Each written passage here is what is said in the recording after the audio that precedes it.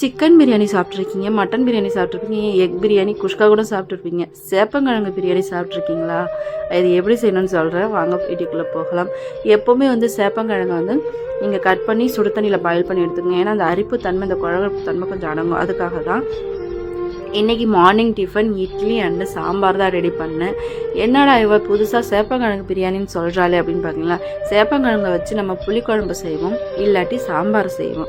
இது ரெண்டுமே இல்லாமல் இன்றைக்கி புதுசாக எதாவது செய்யணும் அப்படின்னு நான் யோசிச்சுட்டு இருந்தேன். ஸோ அதுக்கு தான் நான் இதை குட்டி குட்டியாக உருளைக்கிழங்கு மாதிரி கட் பண்ணி நல்லா வாஷ் பண்ணிக்கிட்டு அதுக்கப்புறம் சுடு தண்ணியில் பாயில் பண்ணி எடுத்து வச்சுக்கிட்டேன். இதுக்கு ஒரு 5 வெங்காயத்தை கட் பண்ணி எடுத்துக்கிட்டேன். 5 வெங்காயத்தை நல்லா பொன்னிறமாக வதக்கிட்டு அதுக்கப்புறம் கரம் மசாலா, இஞ்சி பூண்டு பேஸ்ட்டு, மிளகாய் அண்ட் கரம் மசாலா, மஞ்சத்தூள் இதை மட்டுமே நான் போட்டு நல்லா இது பண்ணி எடுத்துகிட்டு அதுக்கப்புறம் பாயில் பண்ண அந்த கருணக்கிழங்கு இருக்கு இல்லையா, அது சேப்பங்கிழங்கு இருக்கு இல்லையா, அதையும் நான் போட்டுக்கிட்டு இதுக்கு நீங்கள் தக்காளியை கட் பண்ணி போடாதீங்க, அரைச்சி போட்டுக்குங்க. அண்டு மிளகாய் வேணும்னா கட் பண்ணி போட்டுக்குங்க. மிளகாய்த்தூள் காரமே போதும் அப்படின்னா ஸ்கிப் பண்ணிக்கோங்க. இதில் தேவையான அளவுக்கு தண்ணி ஊற்றுக்குங்க. இது ரொம்ப தண்ணி ஊற்றாதீங்க, ஏன்னா ஆல்ரெடி இது குழகுழப்பு தன்மை இருக்கிறதுனால அடி பிடிச்சிக்கிட்டே இருக்கும். பக்கத்தில் இருந்து கிண்டி விட்டுக்கிட்டே இருந்தீங்கன்னாக்கா அடி பிடிக்காமல் சூப்பராக இருக்கும்.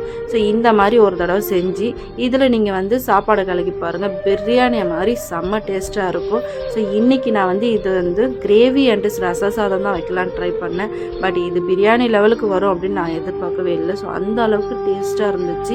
ஸோ இந்த மாதிரி உங்கள் வீட்டு குட்டீஸ் இதை நான் சாப்பிடவே மாட்டாங்க. நாங்கள் நான் குழம்பு வச்சாலும் இதை ஸ்கிப் பண்ணிக்கிட்டே இருப்பாங்க. பட் நேற்று கொஞ்சம் கூட வேஸ்ட் ஆகலை, எல்லாமே கிளியர் ஆகிடுச்சு. இதுவே நல்லா இருக்குமா அப்படின்ட்டு இதெல்லாம் நல்லா வெந்ததுக்கப்புறம் நான் தொட்டு பாருங்கள், உங்களுக்கு தேவையான அளவுக்கு வெந்திருக்கு அப்படின்னு பாருங்கள். பார்த்து அதுக்கப்புறம் நீங்கள் இதில் கொத்தமல்லி தூவி இறக்கிட்டீங்கன்னாக்கா சூப்பராக இருக்கும். வேணும்னா இதில் நீங்கள் எலுமிச்சப்பழ சாறு போட்டுக்கலாம், அப்படி இல்லாட்டி தயிர் போட்டுக்கலாம். இதில் ரெண்டில் ஏதாவது ஒன்று போட்டுக்கலாம். வேண்டான்னா ஸ்கிப் கூட பண்ணிக்கலாம். இது எதுவுமே போடாமல் வெறும் கரம் மசாலா மட்டுமே கொடுத்து நான் கொத்தமல்லி தூளை போட்டு இறக்கிட்டேன். இதுவே எனக்கு டேஸ்ட்டு செம்மையாக இருந்துச்சு. இந்த மாதிரி தான் நான் இன்றைக்கி என் பசங்களுக்கு ரெடி பண்ணேன். ஸோ சேப்பங்கிழங்கு சாப்பிடாத என் பிள்ளைங்க நேற்று அவ்வளோ டேஸ்ட்டாக இருக்குமா அப்படின்னு சொல்லி சாப்பிட்டாங்க. உங்கள் வீட்டு குட்டீஸுங்க இப்படி சாப்பிட மாட்டேங்கிறாங்க, அடம் பிடிக்கிறாங்களா?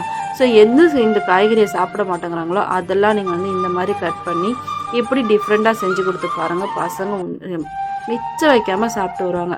அப்படி தான் நான் இப்போ செஞ்சுருக்கேன். ரீசெண்ட் டேஸாகவே மிச்சம் எந்தெந்த காய்கறி இவங்க சாப்பிட மாட்டாங்களோ அதெல்லாம் நான் பார்த்து இப்படி தான் செஞ்சு கொடுக்குறேன்.